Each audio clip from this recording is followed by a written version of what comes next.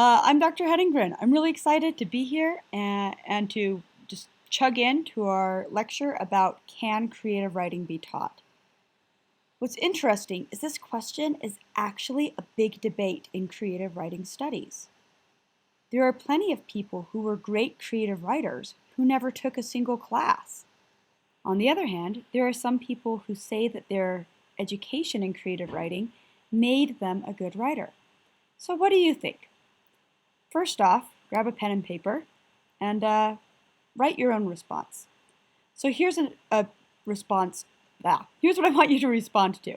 So there's a writing adage, Stephen King believes this, Ben Sobiak, lots of people believe this, that says creative writing can be learned but not taught. So go ahead and pause the video for about 5 minutes and respond to this thing. Creative writing can be learned but not taught. What do you think that means, that it can be learned but not taught? And do you agree or disagree with this statement? And if so, why? Go ahead and pause the video, set the timer for around 5 minutes, and write about this. When you're done, I'll be here.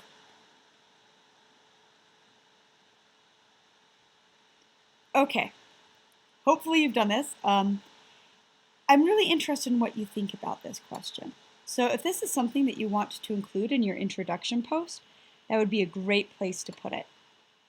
Let's move on though. So, okay, sorry, I do want to say one more thing about this. Obviously, we're going to try to teach it.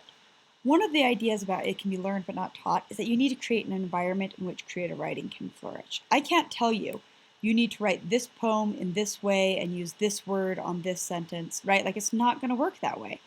But we can create an environment in which creative writing can flourish. And I think there's probably some things we can teach as well. Okay, so here's me. My background actually is mostly in rhetoric. I wrote my dissertation on creative writing as an academic subject, one that can be researched and taught. And I did a ton of research on this idea about, can creative writing be taught? How do people teach it? What's the justification for charging people money to take a class about creative writing? So I did a ton of research into this. On the creative side, I'm mostly a poet and I do a lot of speculative short story. But I also wrote one novel that was a sci-fi sports novel. It's awesome. I love it. So mostly my heart is with the sci-fi and fantasy crew, but I appreciate everything. I spent 4 years as an editor of a regional literary magazine, and we'll talk more about literary magazines as we go forward. It's a great place to submit your work. And it's a great place to work as an editor or a reviewer because you see so much creative writing. There's so much good stuff being done, and you get to be a part of, reading it first. So that's a really cool experience. Okay, so let me talk a little bit about my experience teaching a writing class. One is there are a lot of different ways to be a good writer.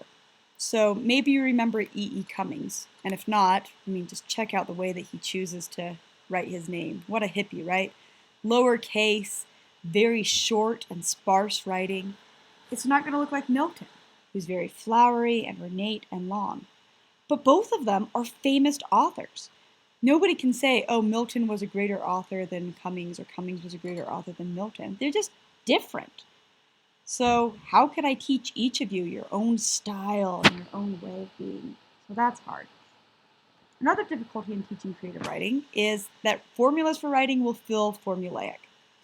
So once in a regular freshman composition class, I had a student who told me that in her class in high school, she was taught that every paragraph should have 14 sentences. The first sentence of that paragraph should be an introduction.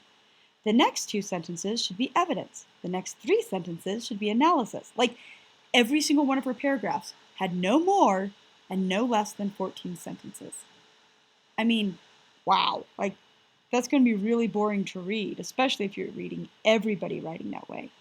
So I'm not going to give you formulas like that in this class. We're going to be doing some stretches and some exercises when you're going to be trying something a little bit more restricted, but I can't tell you exactly how to use those forms. Okay. Finally, and this is, I think, the biggest one, the root of good writing is good ideas. And a teacher just can't give out good ideas to students. A lot of times we think about writing as sort of the surface level, like, oh, they have a pretty sentence. But when it comes down to it, a lot of the most important stories or poems come from really interesting ideas. So let's take Milton, for example, right? When he wrote Paradise Lost, it wasn't just because he wanted to give some descriptions of gardens. He wanted to talk about ideas of authority and power and wrongness and transgression, right? Like really big ideas. You're going to have your own big ideas, and I can't necessarily teach those to you. Also, we only have 15 weeks. That is a really short amount of time. This creative writing class is only going to be a blip in your whole experience with writing. So, we're going to make the best of it, but it's not going to be comprehensive. If you want to continue writing, that's something you'll have to do for way more than just 15 weeks for one semester. So, what are we going to do in this class for the next 15 weeks? I just told you how hard it is to teach creative writing, so what's going to happen in this class? First, here is the secret to being a good writer. I know I told you I wouldn't do a formula, but this is pretty much the formula as far as I know. Step 1, read a lot. A lot of people know that writers read, but here's what I want to write. So if you really like poetry, read poetry. If you want to write sci-fi, read sci-fi. If you want to write a play, read plays. If you want to write a movie, read screenplays for a movie. A lot of times, we watch a movie, but go ahead and read the screenplay if that's what you want to write. And then also read in a way that focuses on the writing. So if there's a sentence that you're like, oh, that was so good, take a moment to stop. Why was that sentence so good? What was it doing effectively? We're going to be doing a little bit of this in our discussion prompts that I'll talk about later. But I'll be asking you some questions, kind of like response questions, that will make you slow down and focus on parts of the writing. Okay, the next thing we're going to do is write a lot. So along with reading a lot, write a lot. And good writers will practice the craft. You're going to write the sort of things that you want to write. Sounds dumb, right? But it's absolutely true. If you want to be a poet, but you keep writing, short stories, you might not learn the craft of being a poet. Many of the things that you write, you won't even publish. And by publish, that means submit to this class, post on the internet, submit to a competition, stuff like that. There's going to be a lot of stuff that you write that's just practice writing. We're going to be doing some things in this class that, you're going to write it, it's going to be practice, you're not necessarily going to love it, but it's practice. Finally, you're going to get really comfortable with the writing process through practicing your craft. And writing process, a little bit of review for you from freshman comp, is pre-writing, writing, and rewriting. Now, we put it in that order because that's typically what people think of. But you can be pre-writing and then writing, and then maybe you think, oh, I need to go back and do some pre-writing again. You can go back and brainstorm. Or maybe you're in the revising section, and you're like, oh no, I need to add a whole nother scene. And so you go back to writing. So you're going to get really comfortable with this writing process. Revision, lots of revision in this class. Finally, don't be an idiot. So what do I mean by that? Think. Think a lot. Remember when I said about how important good ideas are? Search for those good ideas. Pay attention to what you see from life. In the preface to The Scarlet Letter, Nathaniel Hawthorne talks about how he's in this dead-end job and everything's so boring, and he goes to the archives and he finds a red A and some history about what that red A was. He took something from his kind of boring, kind of weird life and made it into an amazing book, The Scarlet Letter. Observe from what you read. This goes back a little bit to read a lot. And pay attention to what things you're reading. What are the ideas they're giving you? Do you agree with them, disagree with them? Do you alter them? Is it your own book? And then observe from what you write. What things work and what things don't. Take risks and then pay attention to whether they worked or whether they didn't. So that's it. Read a lot, write a lot, don't be an idiot. Okay, let's talk a little bit about the specifics about how we're going to apply those 3 principles in this class. First off, we're going to be doing workshops and writer circles. This is primarily going to be taking place synchronously, either online or maybe on person. In a workshop or writing circle, you have a group of people kind of all sitting together and chatting. They're going to discuss the work of one person at a time, and they're going to offer constructive criticism. So this phrase is really important. We say this a lot. Partially, you want to be saying things that are positive. Oh, I really liked this sentence. This character really connected with me. Wow, I really liked this scene, right? But you can also talk about things that they can do to improve. And we'll talk about this a little bit more in one of the other videos. So, I noticed that you had a rhyming scheme, but in this sentence, you changed the rhyming scheme. Was that intentional? To be able to make these writing circles effective, we're going to be doing these things here. First, you want to send out your work early. I'm saying a week in advance, but you can also negotiate with your group what's fair. You want to give people a chance to read it so that they're not looking at it for the very first time when they sit down in the reading group. This is going to be especially important when we start to get into short story and personal essay, where things are a little bit longer and people just need time to read. Which goes back to all these participants, they need to read before the workshop. They're going to take some notes. They're going to be prepared with what they're going to say to the author here.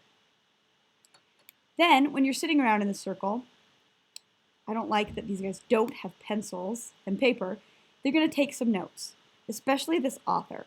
She's going to want to say, oh, all of these people thought that my character needed more development.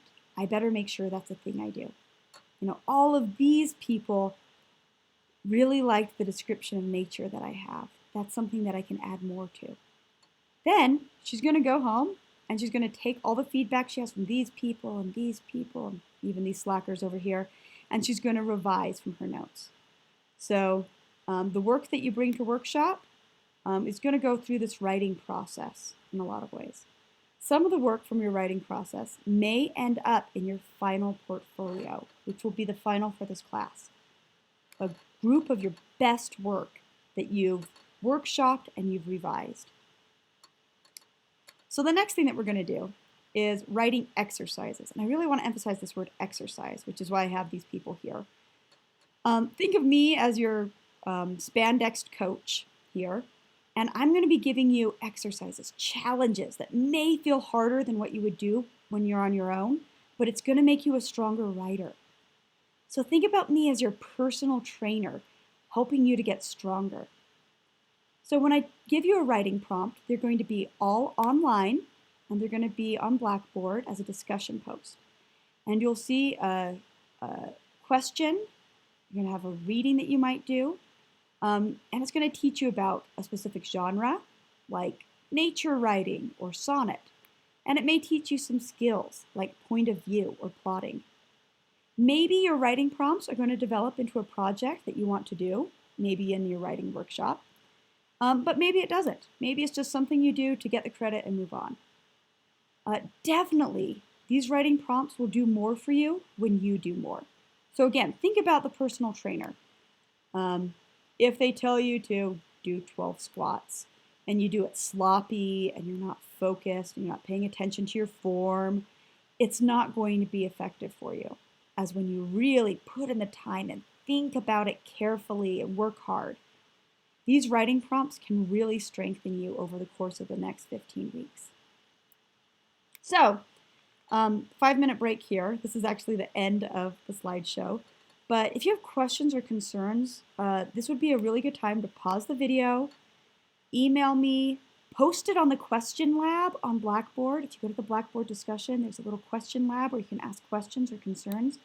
And I'll take a look at those because I want you to feel very welcome in this class. All right. Bye now.